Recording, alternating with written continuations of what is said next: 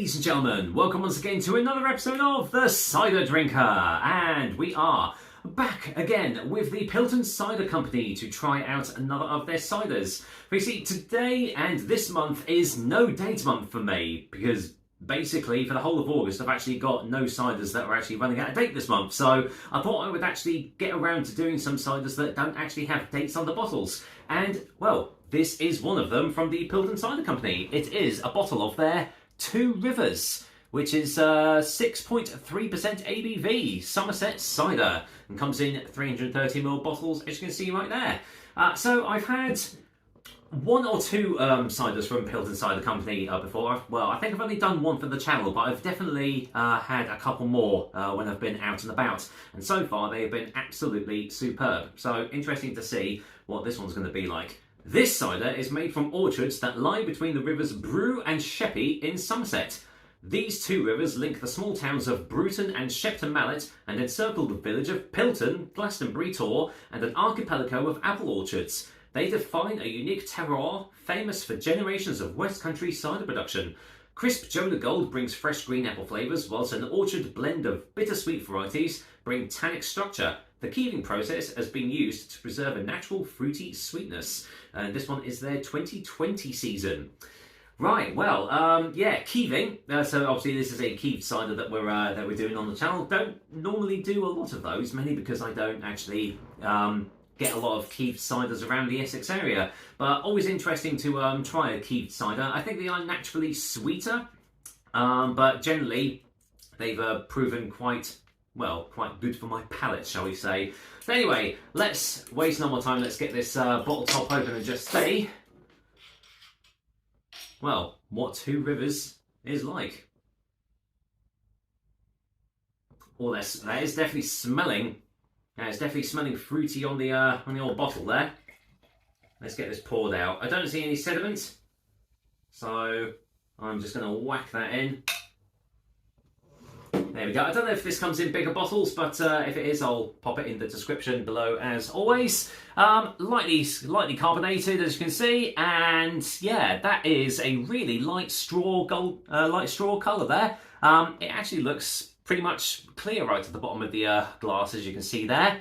So yeah, a very, very light coloured cider that we have, but yeah, looks very inviting. What does it smell like? Yeah, I'm definitely getting some of that sweet green apple. Yeah, fresh sweet green apple in the aroma there, all coming through. There's a touch of leatheriness there. Touch of leatheriness, a little bit of woodiness there, potentially. Slightly funky, a slightly funky undertone to everything. Yeah, just around the back of this. Yeah, definitely barnyard funk there. Right, let's waste no more time and dive into this one. Cheers, everyone. Two Rivers. Let's see what it's like. Cheers.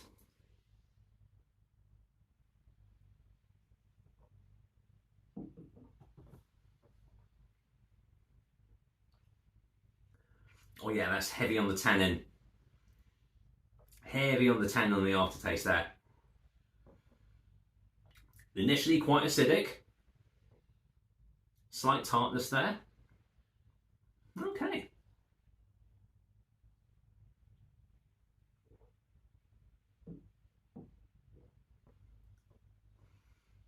So, the green apple taste comes through initially.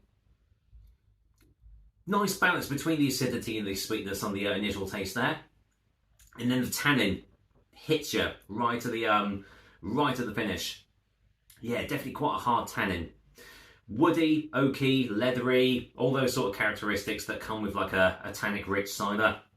Definitely there in abundance on the aftertaste, which the colour sort of belies that, because for me anyway, normally if it's a darker colour you expect like more tannic, more woody flavours and stuff, but definitely getting more of that in this cider. It's probably me just thinking that, but you know.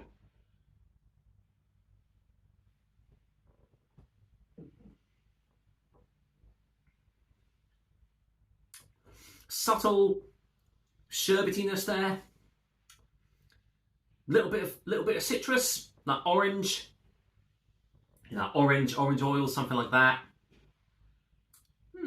Quite light-bodied, quite easy to drink, but yeah, some nice flavours going on here. Some of it is a little bit subdued, and to be fair, the finish is it's quite short, so there's nothing that's really lingering on in the old aftertaste. Even those big heavy tannic hits, they're not really staying around too much in the mouth. But overall, really, really nice tasting.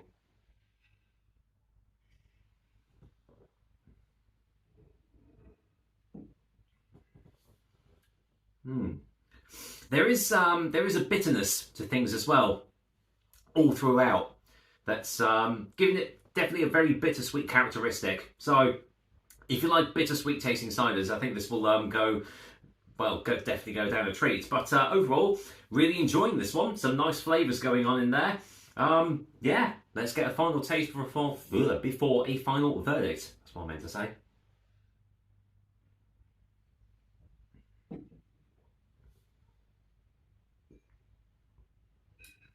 So every sip I'm having is giving off a different flavour characteristic. Sometimes you're getting the sweetness from those green apples. Sometimes I'm getting a little bit of barnyard funkiness on the undertone. Sometimes there's a bit of woody esters. Sometimes it's a big tannic hit.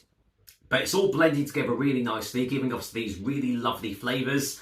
And the light body and the short finish makes it that you want to... It's weird. So it makes you want to go in for more, but it's one of those ciders that, you know, you sip and you savour the flavours. So not sort of counterintuitive there, but normally if it's got quite a short finish and a light body, it's like quite easy going. But I think some people might struggle with this a little bit, especially if they're sort of like just starting out on their cider journey. It's definitely not one that you would just like jump into and, you know, neck a pint of, although I'm sure some people probably will. But there's definitely some really nice flavours going on in this cider, and yeah, another very well-made one from the Pilton Cider Company. So let's get the old chalks out, shall we? Let's see, what am I going to go and give it? I'm going to go and give Pilton's Two Rivers, as I chuck the chalk across the table, an 8 out of 10. It's a very, very well-made cider.